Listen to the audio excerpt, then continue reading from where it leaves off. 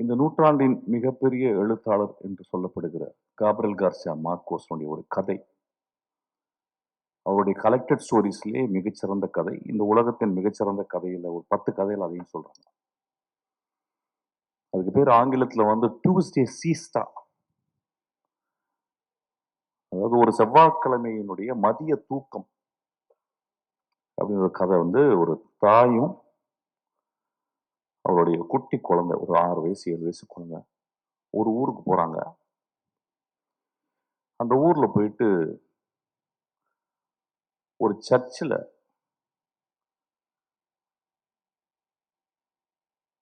தன்னுடைய மகனுடைய கல்லறை எங்க இருக்குன்னு கேட்டு போறான் அந்த தாய். அப்ப அந்த பாதிரியார் சொல்றாரு வந்து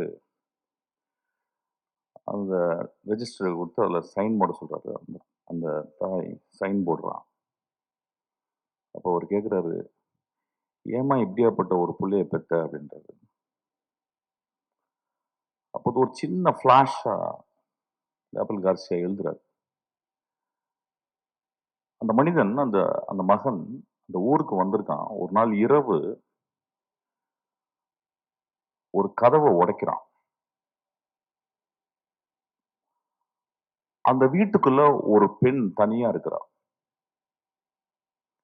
அவளுக்கு தெரிஞ்சிருச்சு யாரோ ஒரு திருடன் வந்து கதவை உடைக்கிறான்னு. நல்ல மழை வேற. அந்த பெண் ஒரு துப்பாக்கி எடுக்கிறான். அந்த துப்பாக்கி எப்படின்னா வந்து ஒரு 100 வருடங்கள் ஒரு 50 வருடங்கள் யூஸ் பண்ணாத ஒரு துப்பாக்கி. யாரோ தாத்தாவோ யாரோ உள்ள வச்சிருக்காங்க. அது மட்டும் தெரியுது. சின்ன வயசுல இருந்து பார்த்துருக்கேன். அந்த துப்பாக்கி தொட்டதே கிடையாது. துப்பாக்கி கண்டா பயங்கர பயம். வேற வழி இல்லாம உள்ள வந்தவன் ஒருவேளை கொன்னுறான். திருடிட்டு ஒருவேளை கொன்னுட்டானா என்ன பண்றது அப்படின்னு ஒரு பயத்துல அவன் யாருன்னு தெரியல. அவன் துப்பாக்கி எடுத்துட்டு போய் அந்த கதவுக்கு நேர நிக்கிறான். கை உதறது. சார் யாரும் பேசாதீங்க சார் ப்ளீஸ். கை உதறது. அவ அந்த கதவை உடைச்சிட்டு வந்தா எவ்வளவு உயரத்துல வருவான் எவ்வளவு அப்படின்ற மாதிரி அவன் வயித்தை நோக்கி அந்த துப்பாக்கிய அப்படியே காட்டிக்கிட்டே இருக்கான். கை உதறது. அப்ப காபல் கார்சியா எழுதுறாரு, அந்த கை உதறலுக்கு காரணம் பயம், 28 வருடங்கள் தனிமை அப்படின்னு எழுதுறாரு.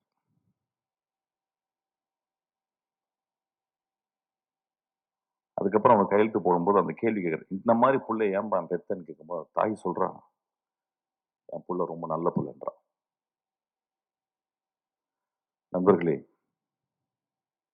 ஒரு பெரிய கேள்வி வரும். திருடனை பெற்ற தாய் எப்படி நல்ல புள்ளன்னு சொல்றா அப்படின்றது நீங்க அந்த கதையை படிக்கணும். ஒருவேளை தாய்க்கு எல்லா குழந்தைகளும் நல்ல குழந்தைகள் தான் நினைக்கிறேன். இந்த சமூகம் நிறைய குழந்தைகளை நிறைய தாய்கள் பெற்கிறாங்க. எல்லா தாய்களுக்கும் தன் மகன் அல்லது அந்த ஆண் நல்லவனாகவே இருக்கிறான். கை உதறலுக்கு காரணம் தன்னை கொலை செய்து விட போகிறான் ஒருவன் அப்படின்ற பயம். அதுக்கப்புறம் 28 வருட தனிமை அப்படின்றாரு. அது ஏன் அந்த இடத்துல எழுதுனான்னு தெரியல. அந்த மாதிரி ஒரு தனிமையான பெண் தான் இந்த கொட்டுக்காளி. ஆக்சுவலா கீழே வந்து ஒரு சப்டைட்டில் போட்டிருக்காங்க. ரொம்ப எனக்கு உடன்பாடே இல்லை. an adamant girl. Instead of that they would have put an adamant society அப்படின்னு போட்டுக்கணும்னு நினைக்கிறேன். இந்த சென்னையில வந்து கிட்டத்தட்ட வந்து ஒரு ஒரு 95 விழுக்காடு 96 விழுக்காடு வந்து இங்க இருக்கவங்க எல்லாருமே கிராமத்துல இருந்து வந்தவங்க, என்ன உள்பட. இங்க வந்து முதல்ல மனப்பாடம் பண்றது பஸ் நம்பர்களை. இப்ப யாரும் மனப்பாடம் பண்றது இல்லை. அதுக்கப்புறம் பீச்சுக்கு போறது. அதுக்கப்புறம் இந்த நகரத்தினுடைய உடைகள், அது பர்டிகுலரா ஜீன்ஸ். ஷூ போடுறதுக்கு வந்து கால் பழகணும். ஏன்னா கால் விரல்கள் விரிச்சுக்கிட்டு இருக்கும்.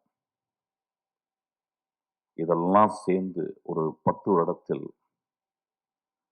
நாம் வாழ்ந்த பிறந்த வளர்ந்த இடத்தை விட்டு நடமாடிக் கொண்டிருக்கும் இந்த நகரத்தில் நாம் ஒரு நகரவாசிகளாகவே வாழ்ந்து கொண்டிருக்கிறோம். இங்க வந்தோடனே வேற வேற ஜாதிகள் மறக்கப்படுகிறது, மதங்கள் மறக்கப்படுகிறது, நம்மளுடைய குற்றங்கள் மறக்கப்படுகிறது, நம்ம நல்லதெல்லாம் மறக்கப்படுகிறது. இங்க பக்கத்துல இருக்கிறவன் வந்து ஒரு நெய்பர் தான், ஒரு அண்டை வீட்டுக்காரன் தான். இங்க யார் தாய் தந்தையா யாருமே பழகுறது கிடையாது. ஒரு கிராமம் அழிக்கப்படுகிறது. ஏதோ ஒருவன் அந்த கிராமத்திலிருந்து வெளியே வராமையே இருந்து கொண்டு இந்த கிராமத்தின் மூலம் இந்த உலகத்தை பார்க்கும் ஒரு தகுதி படைத்தவனாக, ஒரு மகா கலைஞனாக இருக்கிறான். ஏன்னா அவனுக்குள்ள எப்பயுமே அவனும் ஜீன்ஸ் போட்டு அவனும் ஷூ போட்டாலும் அவன் வந்து ஒரு என் கிராமத்தில் இருக்க வேல்யூஸ் தான் இந்த உலகம். காப்ரியல் கார்சியா மார்க்கோஸ் சொன்ன அந்த கிராமம் தான் என்னுடைய கிராமமும், இந்த கொட்டுக்காளி வளர்ந்த கிராமமும் நம்புறான். அந்த கிராமத்தை விட்டு அவன் கடைசி வரைக்கும் வெளியே வரவே இல்லை. ஏன்னா அவனுக்கு அது ஒரு பெரிய முழுமையா முழுமையா தெரியுது. அப்படி முழுமையா தெரிந்த தமிழ் ஆளுமையில பாரத ராஜாக்கு அப்புறம் நான் வினோத்தை சொல்றேன்.